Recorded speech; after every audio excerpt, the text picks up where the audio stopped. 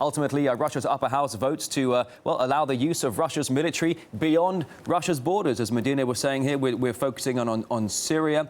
We had the Chief of Staff, Sergei Ivanov, ultimately saying, Murad, that this will be an air support initiative. He also mentioned, by the way, I think this is worth reiterating, that this isn't the first time Russia is conducting this sort of operation. It did so in the early 1990s in Tajikistan, where it also helped the Tajik government in fighting Islamists. Now, it was in his address on Monday in New York at the UN for the big anniversary there, Vladimir Putin urged the world to stick with President Assad, saying it was, quote, a huge mistake not to engage the Syrian military in the fight against the terrorists from Islamic State. The Russian president ultimately saying that this is not just a regional issue, it's a global issue, and there should be a united front here. Murad, we've got some comments here from Sergei Ivanov, the head of the Russian president's administration, with more comments. Let's have a quick listen to this.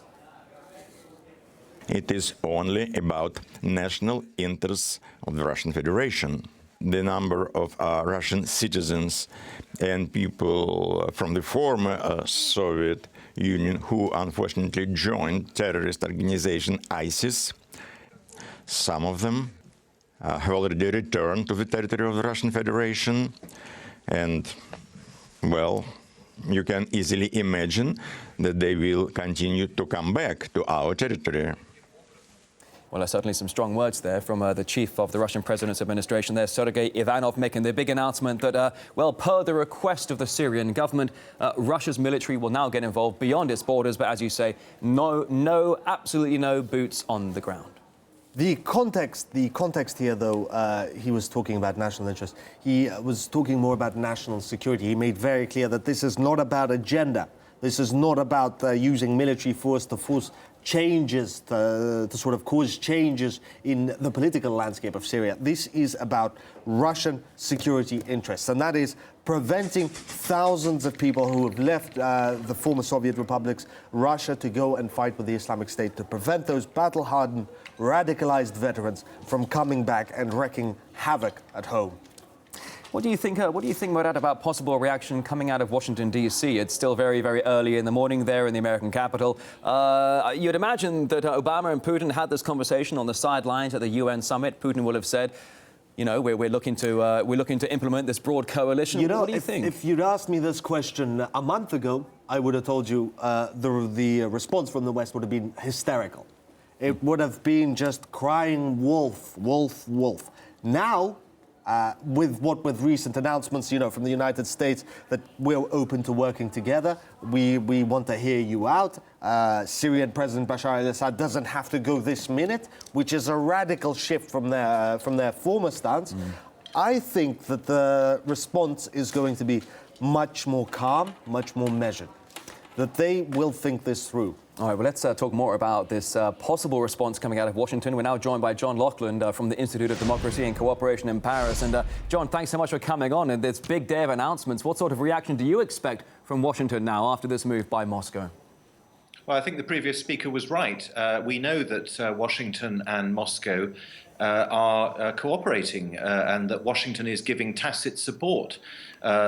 Precisely the result of the meeting that occurred in the United Nations building between Presidents Putin and Obama was that Washington and Moscow Moscow would inform Washington about its airstrikes in order to prevent any kind of accidents, any kind of conflict breaking out.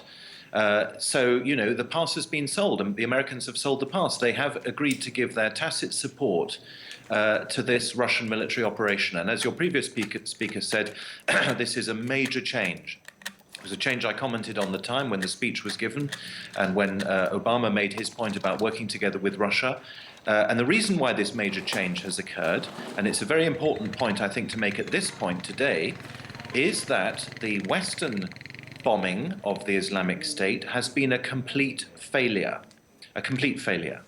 It was so much of a failure that Obama didn't even mention it in his speech to the United Nations. He said nothing about any supposed success that American bombs have had. They haven't had any success. They've failed. And indeed, the Islamic State, as we know, has continued to advance and gain territory in the year during which the Americans have been bombing. So the Russian bombs, if that's what it's going to be, need to draw, and I'm sure they have done, they need to take a very long and hard look at the American failure in order to avoid the same result themselves. Yeah, as you say, John, certainly on Capitol Hill during recent hearings in the past week or two, there has been this admission that the battle against ISIL or ISIS in Syria has been, quote unquote, an abject failure. But now we have the announcement from the Russian House here that the Russian military has now permission from Russian officials to operate beyond its borders. One might imagine sometimes that might get a bit of a savage spin in the West. How do you think the Western media is going to go after this? Now Russia is invading Syria, perhaps. I don't anticipate that, because when the announcement was made, at least a week ago or several weeks ago now, when the world opinion was softened up for this, and when it was explained that actually Russia would be increasing its military aid and sending planes and so on, the reaction was stunned silence. It was stunned silence. It was a game changer. The Americans have managed to put, I think, 5 trained operatives on the ground in Syria. 5. It's a joke. The Russians are talking about sending 1,700 military personnel. That's much more serious. They're, of course, also sending planes. And the stunned silence, it was the result of the fact that by this very audacious move, Russia has, to use a well-known expression, parked its tanks on the lawn of Syria. In other words, it has made a very proactive decision. We'll have to see how it pans out. You know, the other countries that have simply bombed, France and the United States, Britain to some extent, have failed. The difference with the Russian deployment, and this is the key point, is, of course, that it is being conducted in cooperation with the Syrian army. The Russian approach is diametrically the opposite of the Western approach. And, of course, the Syrian army has boots on the ground. You mentioned boots on the ground earlier. It's the Syrian army that's got boots on the ground, and the Russian army which is supporting it. Now, John, earlier, Syria's permanent representative to the UN exclusively spoke to us here at RT International, Bashar Jafari, saying that the real terrorists are those who provide Islamic State with money and weapons. John, just a moment, have a listen to this. How is it possible to fight terrorist organizations in Syria without the Syrian army? If the West, some Arab nations, Turkey, Jordan and Israel didn't distract our army at more than 600 fronts, this army would be able to destroy Islamic State on its own without any international coalition. And it would take several months and not 30 years as Barack Obama predicts. Islamic State on its own is not strong. It won't be able to control these territories. They do it because the real Islamic State is not those militants who fight on the ground. The real Islamic State is those who supply them with money and arms, those who create it and protect it on the diplomatic and political field. And that's why we have a necessity to clearly establish the front of fighting terrorism and make it clear who is against terrorism and who creates it. Now, John, we were just listening there to Bashar Jafari, Syria's permanent representative to the UN. He was saying that the real Islamic State it's not the militants, it's actually those who are arming and funding Islamic State. Who's he talking about there, John? Well, he mentioned Turkey and Jordan, which I was a little surprised to hear Jordan. He obviously knows something I don't. I'm surprised he didn't mention Saudi Arabia. The Saudi Arabian foreign minister said yesterday in New York that Bashar al-Assad had to go, and everybody knows that Saudi Arabia, along with Turkey, has been, and along with Qatar, have been providing substantial financial support and probably military as well to the Islamic rebels in Syria. The Wahhabite powers and the Sunni power of Turkey are determined to overthrow the secular, more or less pro-Shiite power in Syria. So I'm a little surprised he didn't mention Saudi Arabia, but I strongly welcome the tone of what he said. I've said on RT, on Crosstalk, I said about 2 weeks ago that I don't believe in a political solution anymore. I think the priority in Syria, the priority precisely has to be given to a military solution, and the politics can come later. And so I find that kind of talk that we've just heard from the Syrian representative very refreshing. It is time now to clear this threat and to deal with it militarily, and I really don't see any other option to that. So, John, as we know, in the past 2 hours, Russian lawmakers ruling out any deployment of ground forces in Syria, so only the Russian Air Force will be used. How much, frankly, of an impact do you think the Russian Air Force will be able to make in a part of the world that is well, war-torn, to say the least? I don't know. I've said in my answer to your earlier question that, you know, I'm a little nervous about this deployment because, of course, other airstrikes have clearly failed. The Islamic State calls itself a state, but we know that it's basically a group of paramilitary organizations. And as far as I know, they don't have air power anyway. So I'm not absolutely clear how air power will help. The only possible answer, but I apologize, I'm not a military expert, is that air cover is necessary to help the troops on the ground. As Syrian troops advance to retake, we hope, territory, maybe Russian air power at that point will play its role. But and that is, of course, the key difference, and I really want to emphasize this again, I know I'm repeating myself, is the key difference between the Western and the Russian approach. The Russian approach is to support the Syrian army. The Western approach is completely illogical because it doesn't make the political distinction between friend and enemy, which is essential in any political decision. It says that both the Islamic State and the Syrian army are enemies. Well, that's not a policy. That's that's leading us nowhere. And the significance of the Russian announcement is that it is cutting the Gordian knot and stating clearly who it thinks the enemy is, and inviting other people, like the Syrian representative we've just heard, to put their cards on the table as well.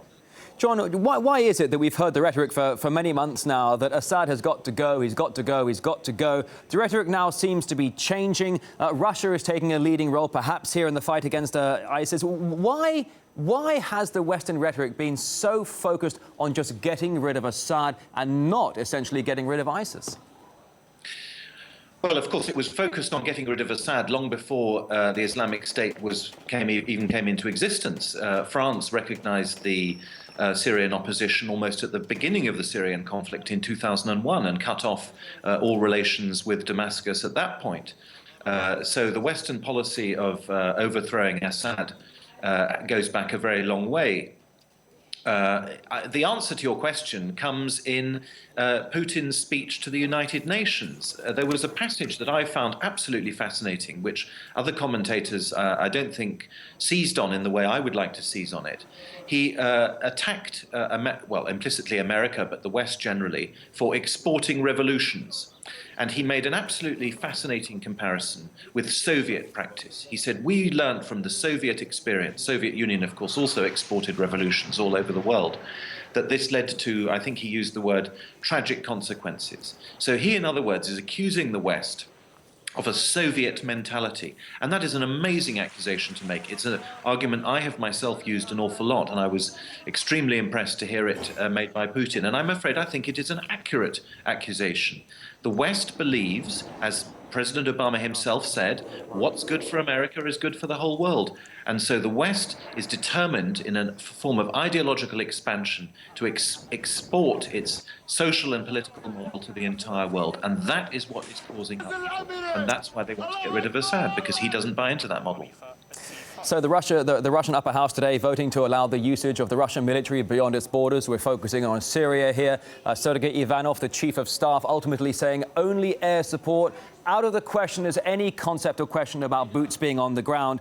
The US has had its strategy there. Now Russia's trying a different strategy. There are concerns, John, that if Russian jets get involved in the skies above Syria, there are already French jets. There are warplanes from Australia. There are also undisclosed warplanes from Israel. People are saying that this has all the makings for some sort of major international clash.